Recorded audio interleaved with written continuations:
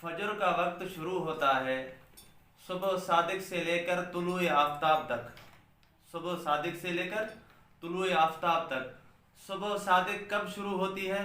आसमान के बीच से एक सफ़ेदी ज़ाहिर होती है, फिर वो सफ़ेदी गायब हो जाती है, उसको कहते हैं सुबह काज़िब। सुबह काज़िब के ख़त्म होने के बाद आसमान के किनारों में से एक सफ़ेदी ज़ाहिर होती है, उसे कहते हैं सुबह सादिक। उस सफ़ेदी ज़ाहिर होने के बाद फैल जाती है, ख़त्म नहीं हो जाती, तो उसको सुबह सादिक कहते हैं। तो आसमान के किनारों में से सफ़ेदी का ज़ाहिर होना ये सुबह सादिक की अलामत है। वहाँ से फजर का वक्त शुरू होता है, वहाँ से लेकर तुलुए आफ्ताब तक यानी सूरज के निकलने तक फजर का वक्त रहता है। सल्लल्लाहु अलैहि वसल्लम ने फरमाया कि अस्फिरू फिल फज्र फ़इन्नहु अअज़मु लिल अज्र। फजर में इस्फार करना यानी रोशनी में नमाज अदा करना ये मज़ीद बेहतर है, अजर के लिए मज़ीद बेहतर है। इस्फार करना मर्दों के लिए इस्फार बेहतर है, मुस्तहब है कि फजर को ताख़ीर से पढ़ा जाए, और औरतों के लिए गलस बेहतर है, यानी औरतों के लिए अंधेरे में नमाज पढ़ना ये बेहतर है पूरा साल। दौरान हज के दौरान मुज़दलिफ़े में मर्दों के लिए फजर की नमाज अंधेरे में पढ़ना ये मुस्तहब है। और ज़ोहर का वक्त कब शुरू होता है? सूरज के ढलने के बाद ज़ोहर का वक्त शुरू होता है, जब हर चीज का साया उसके साये असली के सिवा दो मिसल हो। सूरज ढलने के बाद हर चीज का साया जब दो मिसल हो जाए, इस टाइम तक, इस वक्त तक ज़ोहर का वक्त बाकी रहता है। तो गर्मी की मौसम में ज़ोहर की नमाज ठंडक में पढ़ना मुस्तहब है। गर्मी की मौसम में ज़ोहर की नमाज ठंडक में पढ़ी जाए, क्योंकि हुजूर सल्लल्लाहु अलैहि वसल्लम की हदीस है अबरिदू बिज़्ज़ुहर फ़इन्न शिद्दतल हर्र मिन फ़ई जहन्नम। की जो तपश है ये जहन्नम की गर्मी में से है, इसलिए हुजूर सल्लल्लाहु अलैहि वसल्लम ने फरमाया कि ज़ोहर की नमाज गर्मियों में आखिर से पढ़े।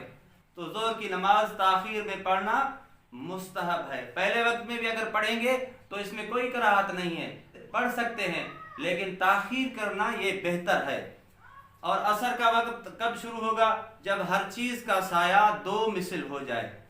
हर चीज़ का साया, जो चीज़ जितनी बड़ी होगी उसका साया भी इतना ही बड़ा होगा, तो हर चीज़ का साया दो मिसल हो जाए, तो उसके बाद असर का वक्त शुरू होगा, सूरज जब तक सूरज गुरूब ना हो जाए, तो ये है असर का टाइम। लेकिन असर में ताख़ीर करना मुस्तहब है। इतनी ताख़ीर भी न की जाए कि सूरज में सुर्खी आ जाए, सूरज में नज़र पड़ जाए। वैसे सूरज में आप नज़र करोगे तो नज़र नहीं पड़ेगी, सूरज में नज़र नहीं पड़ेगी, लेकिन इतनी ताख़ीर की जाए कि सूरज में सुर्खी आ जाए, तो ये मकरूह है।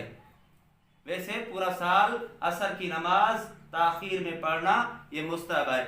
और मगरिब का टाइम सूरज के गुरूब होने के बाद मगरिब का टाइम शुरू होता है, और मगरिब को अव्वल टाइम में पढ़ना ये मुस्तहब है। मगरिब का टाइम सूरज के गुरूब होने के बाद शुरू होता है, और ख़त्म कब होता है?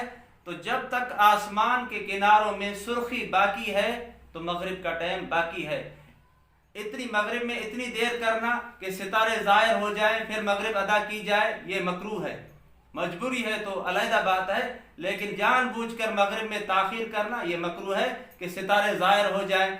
तो इमाम साहब इमाम अबू हनीफा रहमतुल्लाह अलैह के यहाँ सुर्खी के बाद आसमान के किनारों में जो सफ़ेदी ज़ाहिर होती है तब तक मगरिब का टाइम बाकी रहता है, यानी सवा घंटे तक मगरिब का टाइम बाकी रहता है।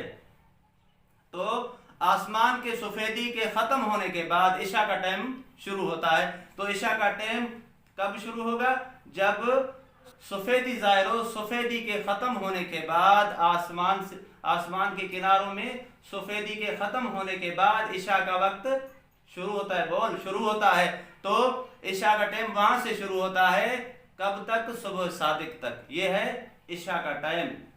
अल्लाह तबारक व तआला से दुआ है कि अल्लाह तबारक व तआला हम सबको दीनी मसाइल सीखने की तौफीक अता फरमाए। वमा अलैना इल्लल बलाग।